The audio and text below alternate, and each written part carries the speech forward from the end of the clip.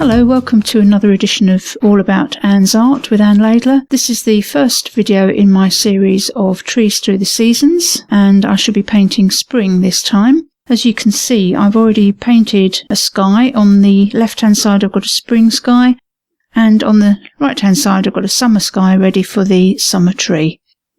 So the first thing I'm going to do is mix some paint, which I've taken the liberty of doing already. So this is lemon yellow with ultramarine blue for the spring tree. Just put a bit of paint on the brush, and then I'm going to wipe some of it off on my tissue. So I want the brush to do hit and miss when I hit the paper. So I'm going to start putting the leaves on the paper. Now when you see spring trees, really all you're seeing is a hint of the leaves as they're starting to appear on the branches. So we don't want too many leaves on this painting. Seems it's supposed to be more of a blur of leaves than actual leaves. And just put a few more in the middle. There we are. This is a nothing in particular tree, an Anne's tree, just to show you the effect of the leaves. Right, so I may go back and put a few more leaves on when I put the tree and the branches in, but I'll wait and see. So the next thing I'm going to do is mix some tree colour.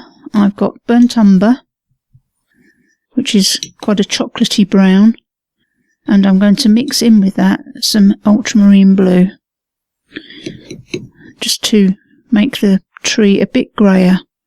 Trees aren't usually very brown when they're in real life.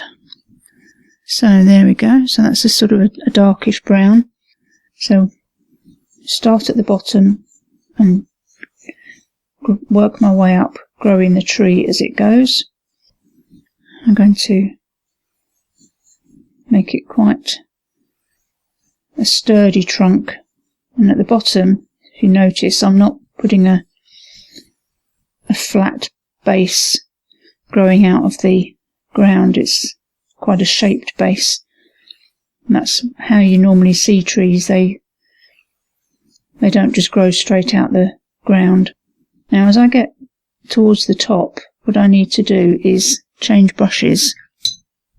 I don't want to use the number 10 brush that I'm using at the moment. I'm going to got two more brushes here. I've got a number 5, which I'm going to start using just for the next portions of the branches, so that we go from fat down to thinner. And what I'm going to do is start hit and miss on the tree, so that the branches can be seen through the leaves. Okay, now that's actually quite a weak solution of paint, so I think what I'll do is I'll just put some thicker paint in places, make it look a bit uneven and bark-like, and then when we go up here we get darker.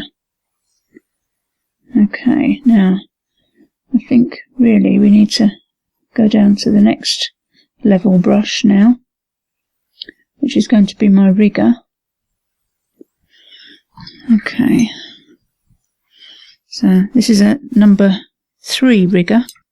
They come in 3 sizes, 1, 2 and 3, so this is the biggest brush there is in the rigger sizes. And I'm just going to use this one to put a few flicks of very thin branches. So as you can see, I'm just flicking them out. It's not much finer than the number 5 brush, but it is a little finer, and I can get much finer lines with it. Now the other thing I'm going to do is put a few branches down the bottom here, because I've got foliage hanging down here, and just a few coming out of the edge. One down here as well. Now the other thing I've got in my little selection of tools is a piece of plastic credit card. And what I'm going to do, I'm just going to scratch a few marks on the tree to give it some bark. And there we go. So what I've done there is, because the paint was nearly dry, it's pushed the pigment away and left the white paper showing. So that's just a way of getting a texture on your painting. So I'm going to put a few more branches in. I think we just need a few more in our spring tree, just to show through the leaves.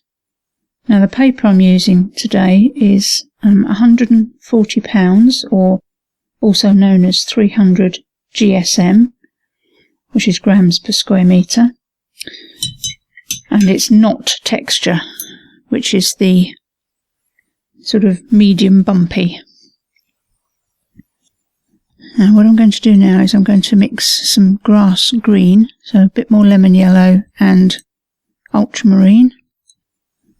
And I'm going to put some grass down underneath the tree, just for it to have something to sit on. When you do something like this, a little vignette picture, it's often best to finish it off by giving it context. So here the context is that it's in a grass area, and bits of grass coming up around the base of the tree. It helps hide the fact that the tree's sitting on the land.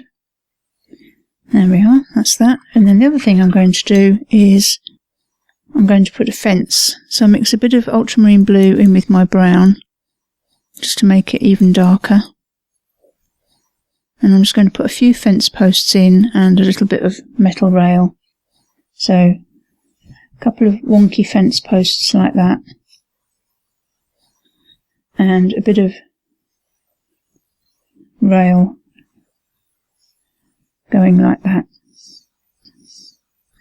Right, now I think maybe I just need to go back with the number 10 brush and a little bit of lemon yellow on its own.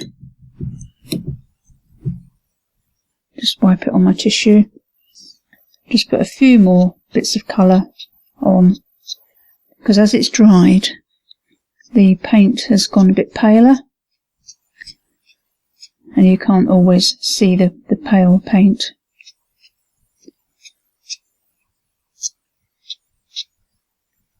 And there we go. That's a spring tree using lemon yellow, ultramarine blue and burnt umber.